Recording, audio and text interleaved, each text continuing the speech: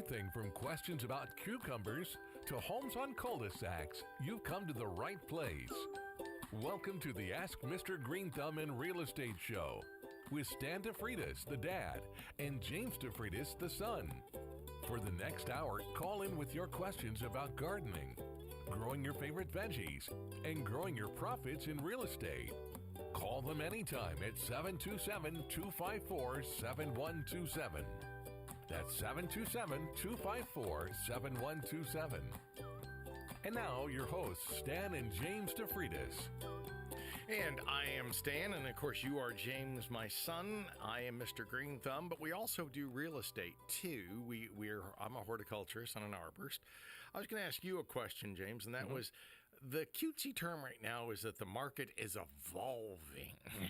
And how would you're a broker. We have our own company now, or you should say your company, which is Dream It Real Estate. How do you say the market is evolving?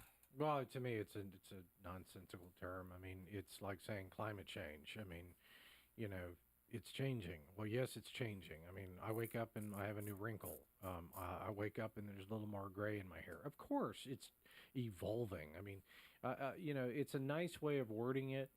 But yeah, it doesn't really mean anything, and it's not very descriptive to say it. Probably the more accurate way to describe it is that homes are taking longer to sell, and sellers aren't getting quite the same amount of money that they did just 6 months ago. So yes, evolving in a way that's better for a buyer in terms of cost, but maybe not that great for a buyer too, since the cost of buying the property is more expensive now because you have a higher interest rate. So it's one of those things that it's going to become more stagnant for both sides. So now I would say that buyers in particular, we had a lot of cash buyers buying and have bought in the last couple of years. And so, do they really care about interest rates? Not if you're cash. If you're cash, not really. I mean, that doesn't really affect you. Now, it affects you in other ways. There are other external factors that matter when, because, again, you're getting more on savings accounts, probably getting a little bit better rate on CD accounts. So it's funny, as banks charge more for interest rates than the savings accounts, you get a little bit more money. Not much, but... Well, it's something. I mean, it's not negative. It's not negative. Where, if you go and you rely entirely like on a bank, like, and I won't say a bank, but let's say American Bank, okay? Maybe you reverse that and you'd have like a real bank. But anyway, so they would be paying a ridiculously low amount of interest to the point where it doesn't factor in hardly at all. Whereas if you went to some of these online savings, like the one I just opened up, pays 2%. So it's not nothing, it's a little something. I mean, yeah, every month I get, $6 put in or something, but it's like I didn't lose money. So, or I didn't lose as much money. Let's be clear. I know I'm losing money. I'm just not losing as much money as somebody did, say, investing in an electric car company that's started out really hot and now is in the toilet. Okay, we don't know what company. I don't know what company that is. But it definitely doesn't sound like it doesn't have like a Izion. It doesn't sound like that at all. Maybe they could put your money in a spaceship and send it out of space. Yeah. Well. Yeah. Well, it's just, it's one of those things where I think that. Evolving is a nice way of saying that change is real. And of course, change is real. But I mean,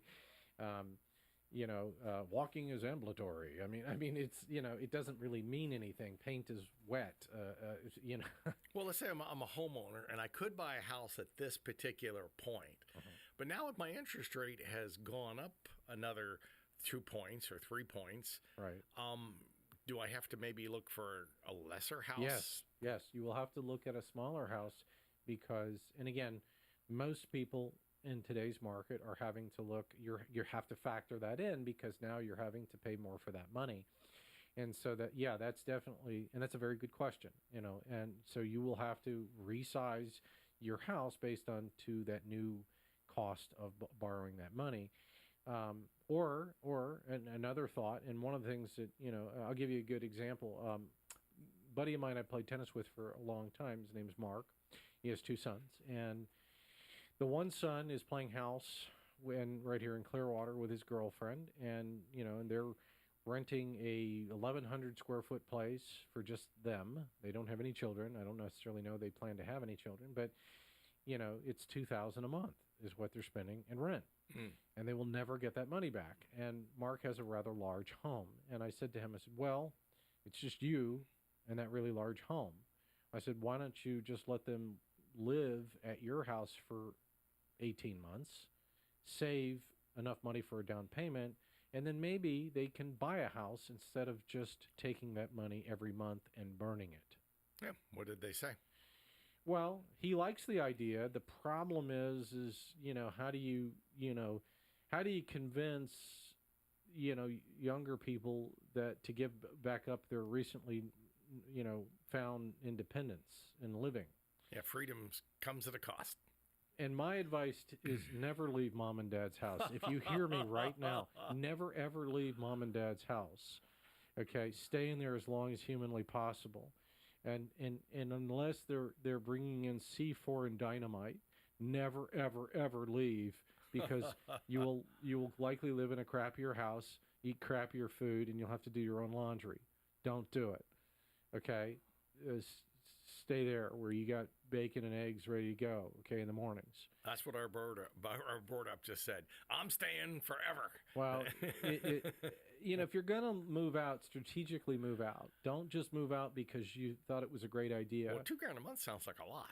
That's very average. It's very average for a normal size place. If you consider 1,100 square feet, I still think that's small.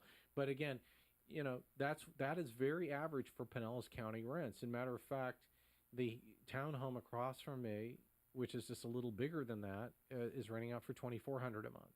Okay, so yeah, I mean, I'm always shocked when I look at prices of things. It's just they're much more expensive than what you may have remembered, and the cost of making renovations is more expensive too.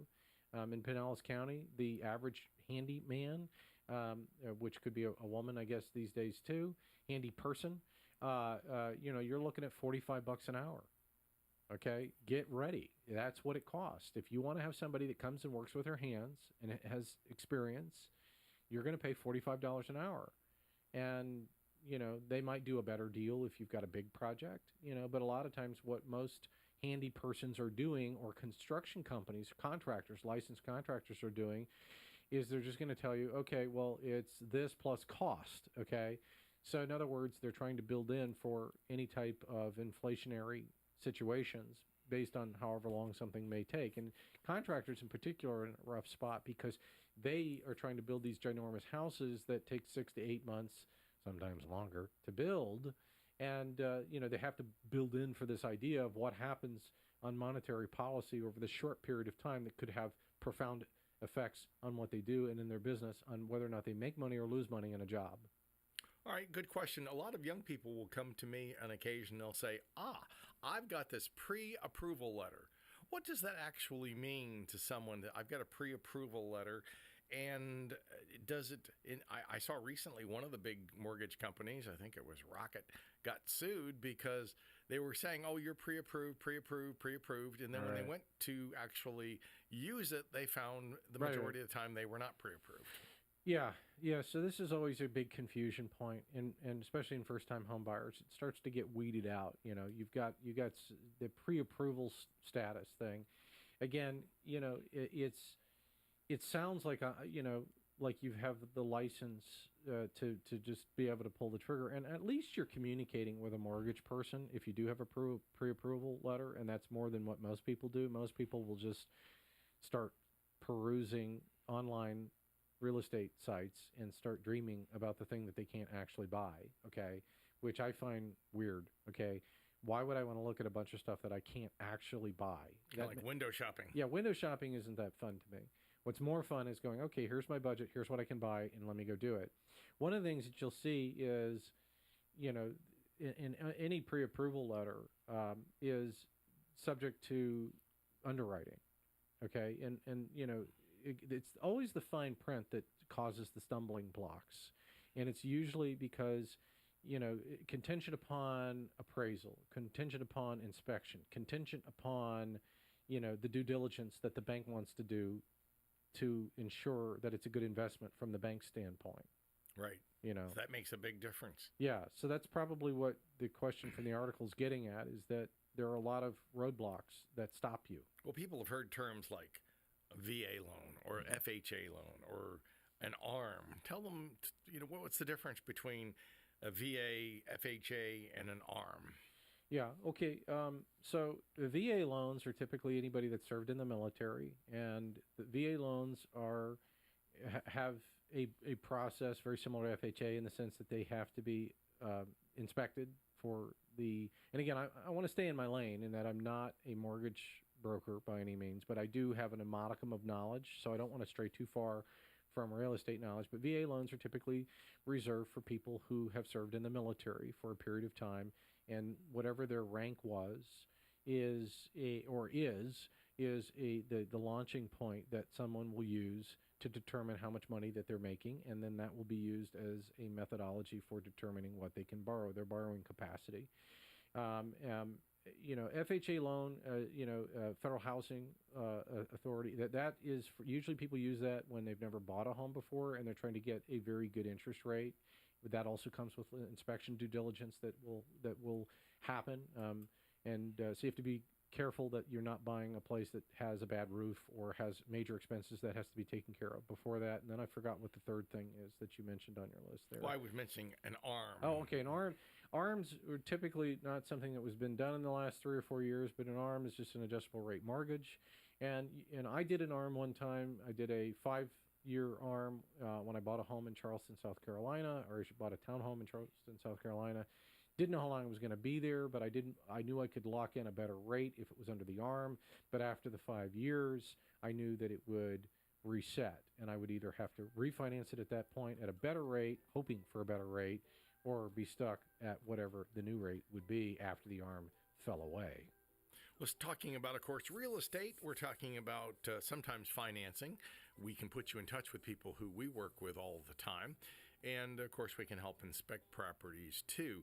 And also for trees. I like to inspect trees because that's part of the deal. But you stay with us as the Plant Talk and Real Estate Talk continues here on AM 860. The Answer. Want to talk real estate? Call James DeFreitas at 727-254-7127 or go online, aflre.com.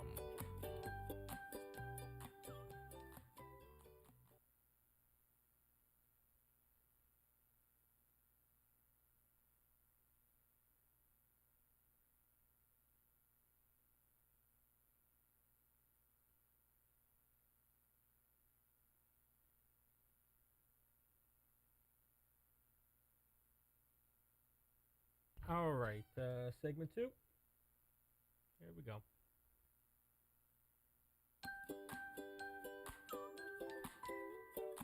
Welcome back to the Ask Mr. Greenthumb and Real Estate Show. Connect online at askmrgreenthumb.com. Got questions about gardening, real estate, or both? Give him a call at 727-254-7127. That's 727-254-7127. And now your hosts, Stan and James DeFreitas. And we're talking about trees, plants, shrubs, and the like. Take a look at your yard. Maybe take pictures of how things are going. Just had recently, one of my neighbors had a great big branch fall out of her pine tree. Yeah, pine tree. Missed her house by maybe 2 feet. And you would not, I didn't go inspect the tree, but I'm just from casually looking across the street. The tree looked okay. Now, I had a few little dead points here and there, but I didn't go look at the tree and really inspect it hard because I wasn't asked to. Sure. So I'm not the kind that goes around saying, hey, let me go look at your trees unless someone suspects something. And I have had someone this week send me a picture of their tree, and I've looked at it, and I think it's going to require a consult where I'll go to the property. It's probably going to need treatment. In the form of? Well, in this case, it's a palm tree. And I think it may need oxytetracycline, which is an antibiotic that people used to use. I say I will, probably James will. And of course, we can legally purchase this stuff because you are. I am a certified pest control operator, and especially for some of the pesticides we use, we inject pesticides often into the vascular system of trees. And to do that, you should be a licensed pest control operator. And if a guy says, well, I'm not really a certified pest control operator, he should not be using pesticides. Correct. Now, some of the nutrient things, it's questionable. They can probably use some of those. But no, where it comes down to actually putting a pesticide out into someone's yard, someone's tree, someone's plant, you should be a certified pest control operator. And that does not mean the Roundup license either. Yeah, a lot of the guys who put some Roundup on, they have a special exemption for those guys. And to me, that's a chemical as well. Well, it is a chemical, and it's glyphosate. I mean, you give out a special dispensation for that, but then we turn around and we run ads on TV about how poisonous it is and how it causes cancer. So which is it? If you'd like to hire our law firm at 1-800-BOOM-BOOM-BOOM, we would gladly, give you representation. So in other words, we'll give you a special permit to do that as long as you have a pulse, which is the requirement. Pretty much. But it's so terribly cancerous that we'll shame you into not using it, and show you all these lawsuits of how horrible it is and that it leaches. One of the funniest things about the whole Roundup thing, and I know people are very sensitive about this topic, but you mean a little tiny bit I spray on the weed on the surface of the earth is going to go all the way down through the soil and leach into the groundwater? Is that what you're trying to convince me of? I reckon. Well, maybe in a commercial setting, that's a problem, but I just can't get there. And the other issue that I'm going to say is if you've tried torching your weeds, it's real good at torching the topside weeds, but it doesn't kill the root. And because it doesn't kill the root, they'll come back real quick. And that isn't going to really fix your problem. So even one of my friends, a good friend of mine, him and his wife are very much greenie weenies all the way through. And God bless greenie weenies. But, I said to him, I noticed you don't have any more weeds out front. And he goes, yes, we don't talk about that. And I said, you mean you don't talk about the fact that you don't have weeds anymore? No, we don't talk about why there aren't any more weeds out there. Because that would be the R word. Yeah. So in other words, we're hiding it from his wife because she's probably a little more conscious about that than he is, or at least he's realized what we kind of all knew along, that you're going to have to use some chemicals sometimes to fix problems. I mean, couldn't she just flog him a little bit if he uses it? Well, what I find ironic is that there's no consistency in anything that we do, and I don't care if it's we're going to be very upset about the Roundup, but if we get cancer, that nuclear medicine you're going to use, and you're going to radiate me to death, you're going to give me chemotherapy, and I know that it's like, where do they draw the line between an acceptable version of chemical that they're willing to accept versus the topical thing that's probably never going to actually be a problem? But the thing that they're most worried about is the thing that really isn't a problem. But the moment that they have a serious medical complication, we immediately go back to whatever the hard science and chemical is to save their life. Yeah, that is amazing. Well, it's the same thing I saw last year. They said California, no more, after a certain point, no more gas cars. Right, the internal combustion engine. And then Governor Newsom came out saying, oh, but don't power up your electric cars this week, right, because we might have a brownout. Yeah, because we have an electrical grid problem. Can you imagine if how well are you prepared? Well, and believe me, and the worst part about all of that is that we have lots of states that have signed on to the California model. And what does that mean? If anybody doesn't know, this has been making the news circuits. It means that if California passes something, then by proxy, they are linked to those rules for their state. Now think about that for a second. Way to do some thinking on your own, huh? Yeah, it means that, at some point, some politicians thought it would be great to link whatever new age wave thing was that California does that may or may not work, and then in practice we'll find out if it works. But to link their entire state to an outcome that you may find isn't all that great. I think that's kind of a mistake. And I think that at some point we should try to work on phasing out fossil fuel cars. Yeah, but I also think we ought to consider what I said before, which is we ought to consider how those electric cars are being powered. Now, if you have solar panels, you could maybe make an argument that you're using solar panels to power the electric car, and maybe that's an okay argument. The other issue that I have is, well, as long as you don't pay attention to how they mine lithium, I guess you can sit there and feel really happy for yourself. They use a lot of toxic chemicals to harvest lithium, is my understanding. So, that's not real good for the environment either. But we're having it made over there. I guess if you don't see it, it's okay. And then in the state of Florida, don't go look to see how we make power here, because like I said, if you don't have solar panels powering your home, then you're going to be using fossil fuels. In the state of Florida, 85% of our power is produced either from natural gas or coal. So that's your two choices. 85% of the time, you are choosing natural gas or coal. Okay, both fossil fuels, both contribute to climate change. So my question to most people is okay, I know that you feel good driving that electric car, but are you going to pay attention to how that electric car is being powered? And the answer is no. And most of the time, people won't even admit to the idea that the power company is going to spend an equivalent amount of fossil fuel that you didn't spend at the pump. But it makes me feel good. Yeah, I just want people to think it through for a minute, okay? And again, I'm firmly on board with the idea that if you want to talk about climate change, that's fine. But if you don't want to talk about how we power our future, and if it doesn't include nuclear energy, then I don't want to have the conversation about climate change, because you're not serious. And because solar and wind all are neat. They're neat ideas, but they're just not going to replace the energy density of fossil fuels. Not going to happen. Well, maybe nuclear. Nuclear. Yep. Yeah. Same. That might be potential, but that's kind of been like the R word. It's almost that's well. bad. We're gonna have to revisit it. And but today we've got safe technology. We have better or technology, safer. And we would have had better technology even in nuclear had that continued on a normal trajectory of innovation instead of what happened to it, which was to basically mothball it because of 3 Mile Island. The pellets seem to be much safer than the rods. Correct. Anybody that's interested in nuclear technology, go look out for what Bill Gates is doing in funding the new nuclear power plant that he's trying to bring online. Go look that up. And with that, I'll let you take it away. If you got some questions about trees, shrubs, take a look at them. Send me some pictures. We're here, of course, every Sunday morning, 8 to 9. Stay with us as the Plant Talk and Real Estate Talk continues. Interested in having a home consult? Remember, you can reach Stan at 727-423-4794 or on the web at AskMrGreenthumb.com.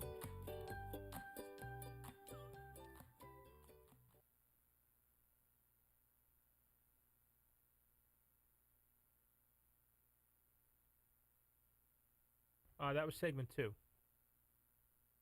This is 3. Y'all ready?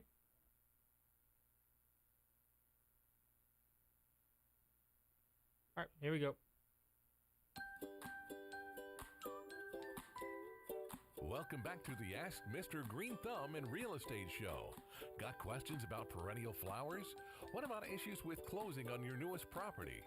Give them a call at 727-254-7127. That's 727-254-7127. And now your hosts, Stan and James DeFreitas.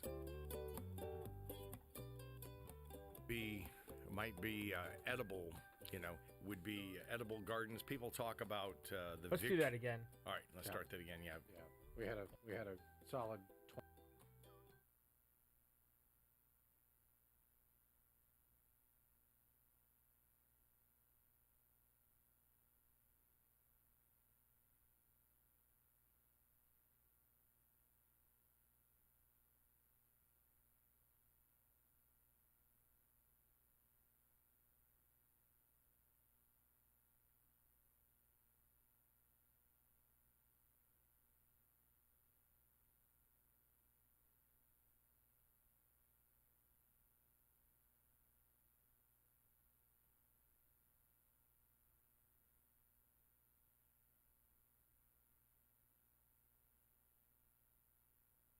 All right, here we go.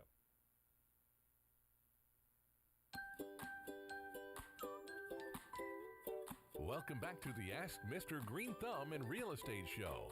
Got questions about perennial flowers? What about issues with closing on your newest property? Give him a call at 727-254-7127. That's 727-254-7127. And now your hosts, Stan and James DeFreitas. And one of the things I thought we might mention would be edible gardens. A lot of people today are talking about, World War II, it was real big to have a victory garden. And Edibles, yeah, man. yeah, you could have edibles. Well, yeah, we're not talking about edibles, those kind of edibles.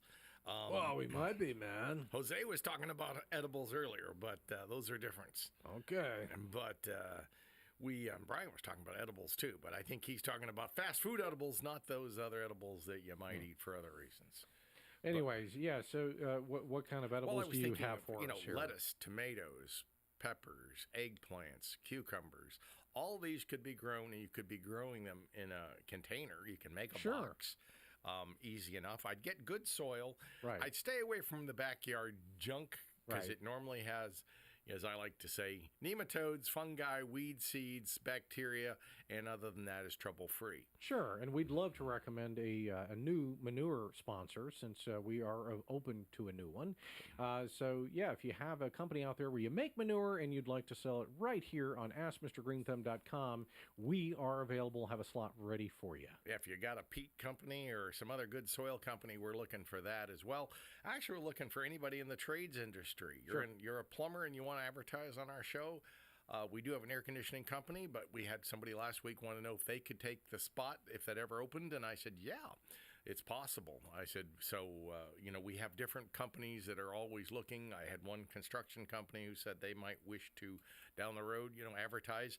How do you get out of a problem? Well, you advertise your way out of it. Or you can go the other way and say, I'll cut my expenses till I'm out of business. Correct. Yeah, and there is a limit, by the way, out there for cutting your way out of yourself out of a problem. And you can try that, but at the end of the day, the businesses that totally cut out everything usually don't survive either. You can't cut your way to prosperity? Correct. Yeah, so you do have to keep that in mind. But in terms of real estate, which is something I know very well, and you do as well, is we're seeing a contraction is continuing, but it's still. It's, like I said, from May to August of this year, the average time on market was 14 days in May, and now it's 20. So it's taking a little longer to sell the home. And you probably are starting to see some sellers getting a little irritated because they thought the home price was going to be 20 to 30,000 more. And it turns out that that's not really where buyers' headspace is anymore. And they're factoring in. Buyers are not dumb. They're going to factor in higher costs to borrow if they're not a cash buyer. We've had a lot of cash buyers. But they're going to factor in that additional cost, and they're going to want to see a reduction in that seller price in order to help offset what they're going to wind up paying. But let me also say, no matter what you pay, you want to try to get that mortgage paid off about as quickly as you can, because the idea of sitting back and paying through term, if you look at the amount of interest you will pay, it'll make your head spin. Probably you can double the price of the house over the long run, just about. Well, and again, if you've ever been to Florence, Italy, let me just say that if the Medicis had never been alive, you would never know about Florence, Italy. It wouldn't be anything on the map worth going to, because those people knew exactly about the concept of compound interest and how to handle that over the lifetime. And also being the Bank of Rome didn't hurt. So, all I can say is being in the banking business is a good one, even though, you're finding it that when the brick and mortar banks are largely disappearing. Yeah, I went to a bank the other day that I'd gone to forever, and it's one of the big major banks, and the bank building is there, but I wanted to put some money, one of the little electric machines you can either get money in or out of, one of their little computer tellers, if you will. Which is an unsatisfying experience. And it was gone. It's gone. And right. so it's not even there. I found the posts were there, the concrete was there, but the actual machine. And I thought, well, it didn't look like anybody robbed them because both of them were missing. And so I thought, Oh, they were robbed, just robbed by their company. So I guess not robbed. I usually go when I talk to management at banking places too. I'll say, well, I like the idea of seeing a face across from me.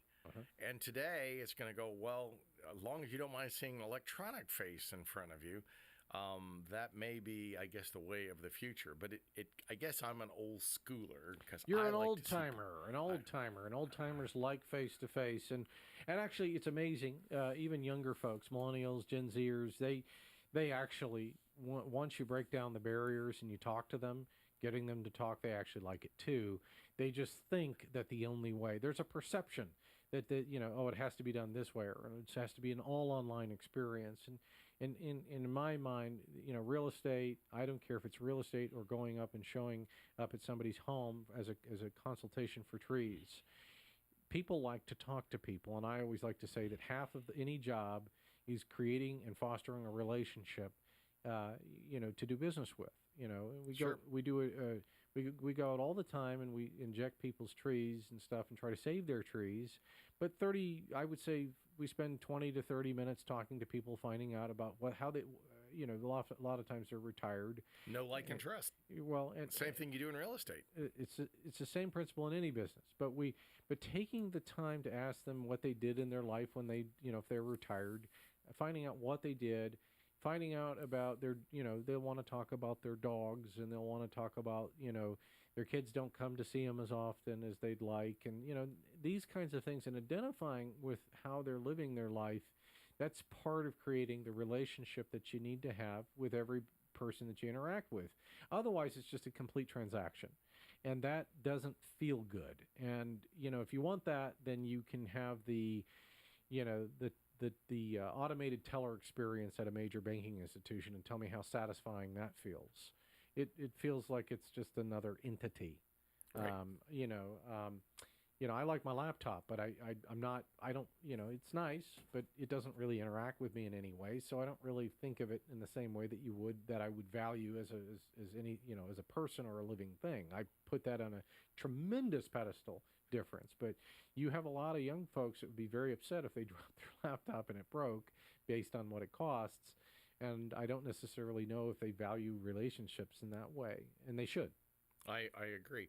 Question for you. Someone asked me recently, and they said, assumable loans or assumable mortgage, I guess, assumable loan, normally that just qualifies, it has to be usually a government loan if you qualify to assume that loan. It's not that often that you see that in conventional.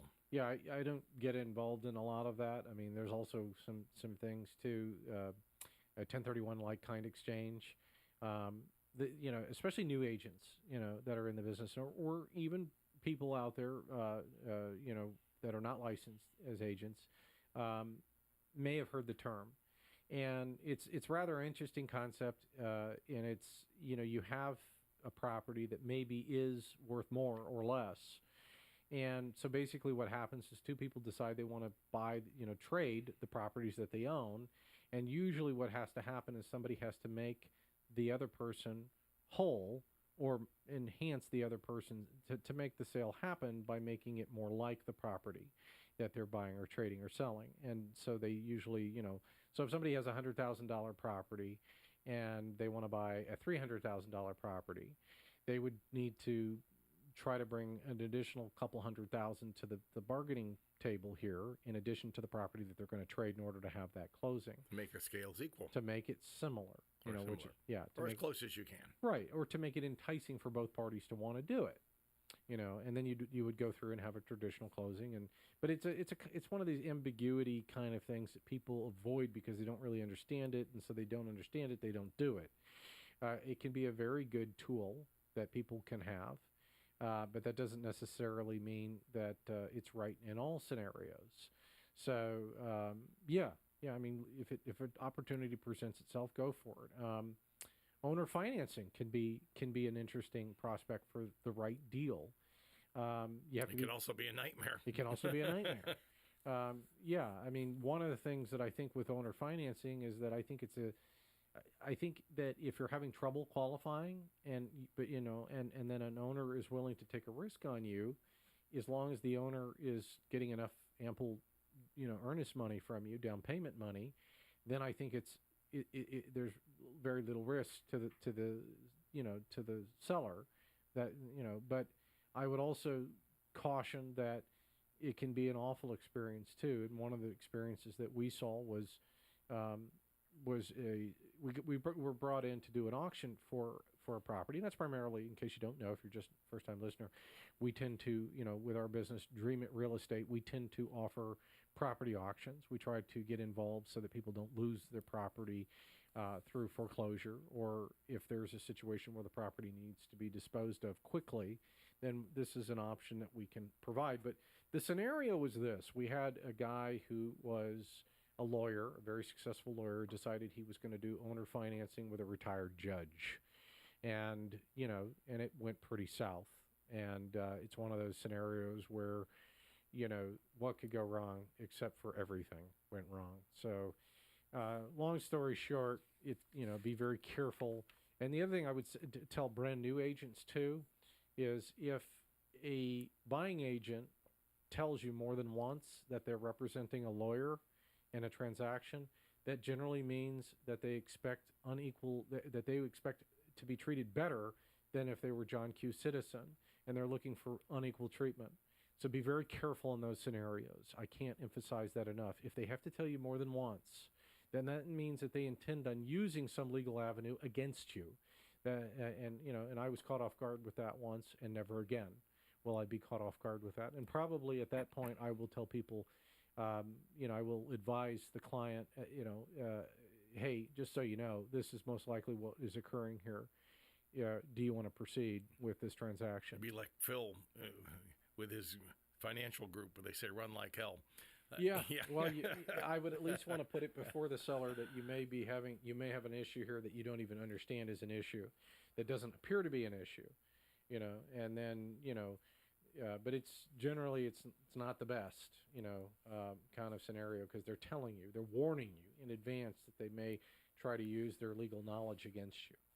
Yeah, which actually in some respects will hold them to a higher standard if things do sour and go to court, because then they are certainly trying to... Right, and don't be afraid if they try to, and if you go through a transaction and somebody's telling you that they're a lawyer, remind them that they actually will be held to a higher standard, just as you just said, and so, yeah, that's, if it ever gets pressed, and by pressed going to court, remind them that they better be very careful about what they do, because they will actually be treated in a much more exacting method by the judge who's looking at the case, since anybody that's going against them will not be presumed to have the same legal education as the lawyer that's representing themselves in that scenario.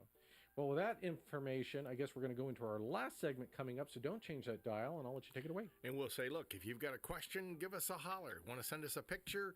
AskMrGreenthumb.com, ASKMR, green and then thumb. Send me a picture of your tree, your palm, and let me take a look at it, and then I can get back to you and advise you. Stay with us as the Plant Talking Real Estate continues right here on AM 860, The Answer. Want to talk real estate? Remember, you can reach Stan at 727-423-4794 or on the web at AskMrGreenthumb.com.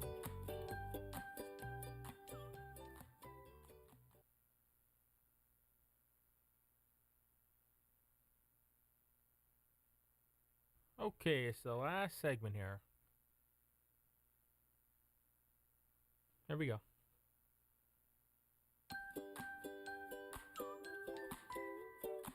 Welcome back to the Ask Mr. Greenthumb and Real Estate Show. Connect online at AskMrGreenthumb.com. Got questions about gardening, real estate, or both? Give him a call at 727-254-7127. That's 727-254-7127. And now your hosts, Stan and James DeFreitas. And James and I are here each and every Sunday morning, 8 to 9. Also 8 to 9 p.m. on Saturday evenings, if there isn't a Gator game.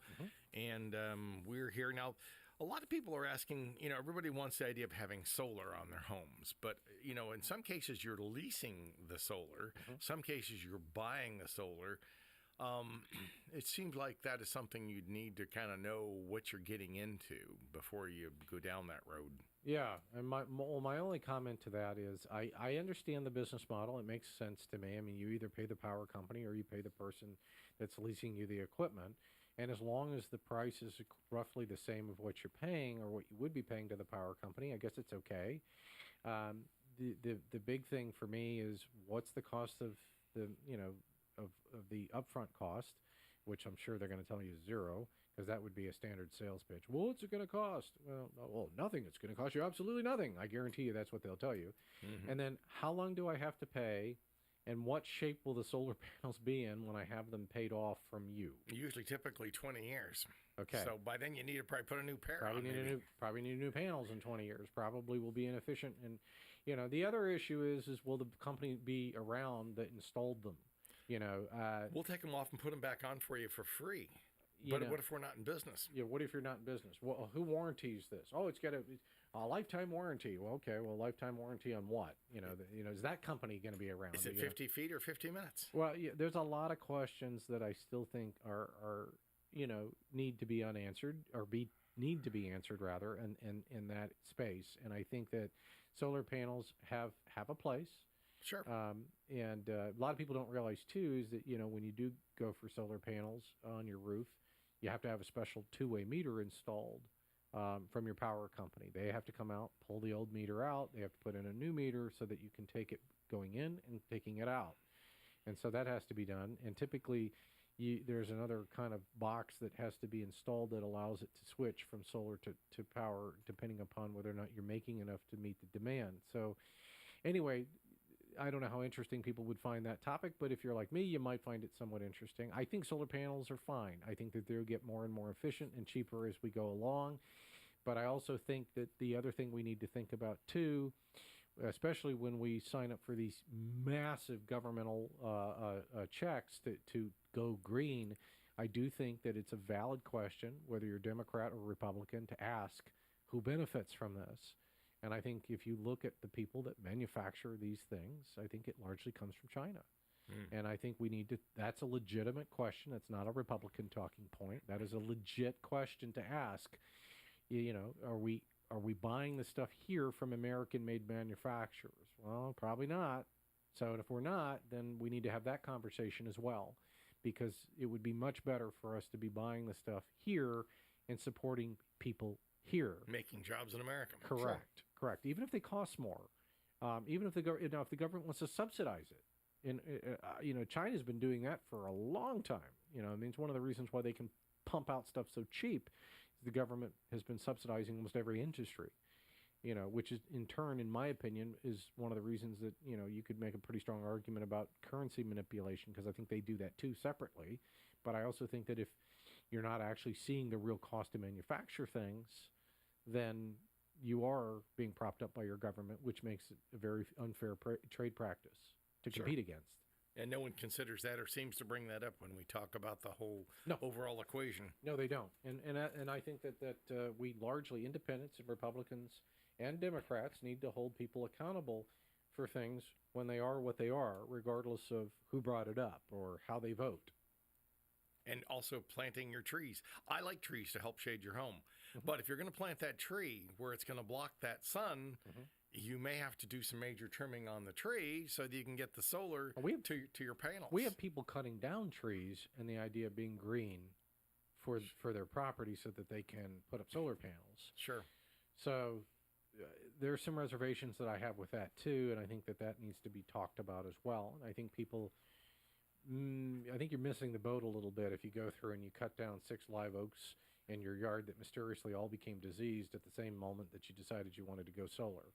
Yeah, you think? I guess it was solaritis. Yeah, they had solaritis. And that's happening more too. I mean, we talked about the law changes. I mean, I think DeSantis has got a lot of things right, but I think one of the things that probably isn't right is I don't necessarily agree that if you own a tree trimming business, that you should be allowed to sign off on your own work. And according to what you've told me, that's exactly what's taking place. It's kind of like having the fox in charge of the hen house. Yeah. Right. I mean, I think you do have to have some neutrality there in order to be able to have an honest opinion. Now, that doesn't necessarily mean you're going to get an honest opinion, even in the old form, okay? I think there was a lot of heavy pressure put on the arborists that were at the cities to sign off on certain things. If the majority of the people that were sitting, if the mayor wanted it and the rest of the city council wanted it, and you're the only roadblock, you probably had a lot of pressure to vote for certain things. I'm sure that happened in multiple jurisdictions. That's not right either.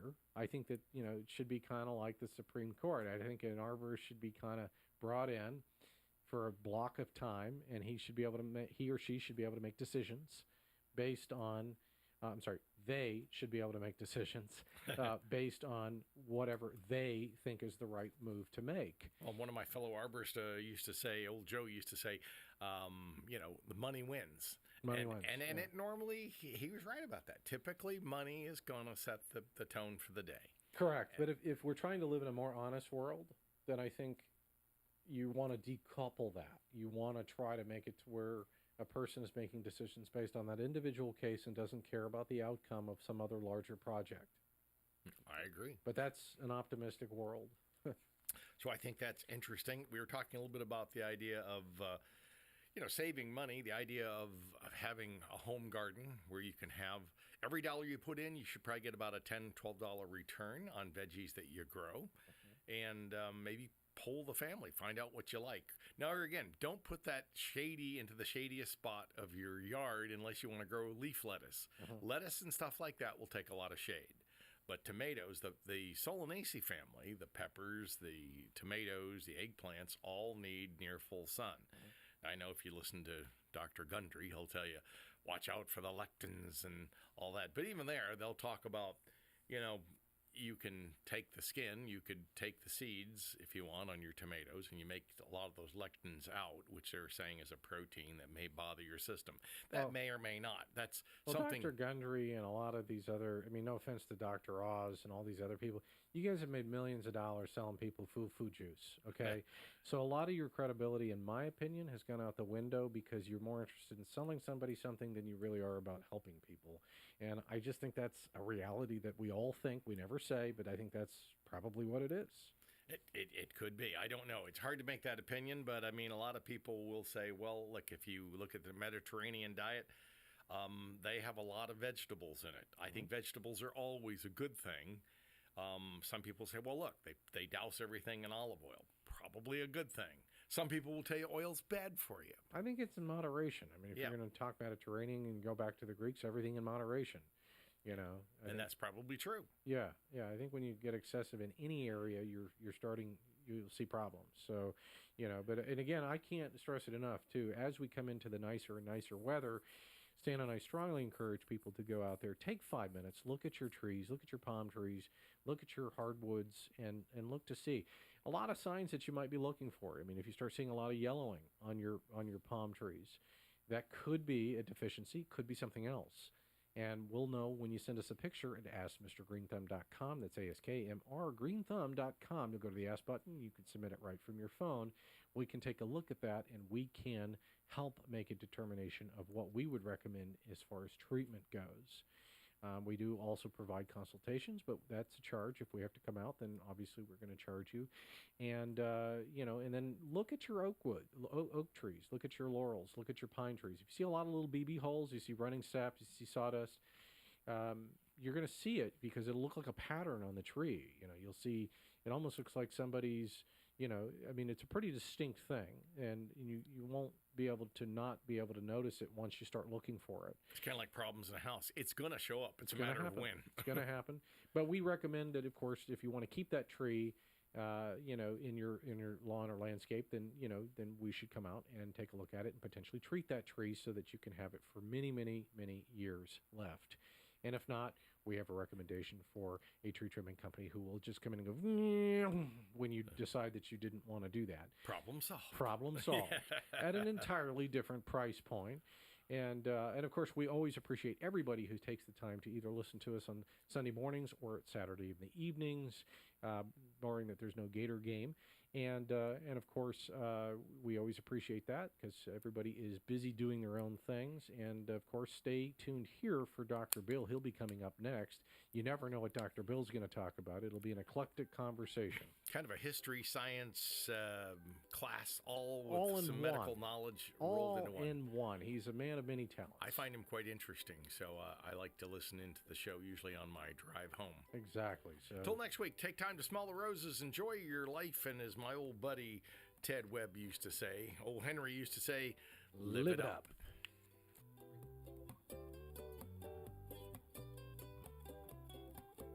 Want to talk real estate? Call James DeFreitas at 727-254-7127 or go online, AFLRE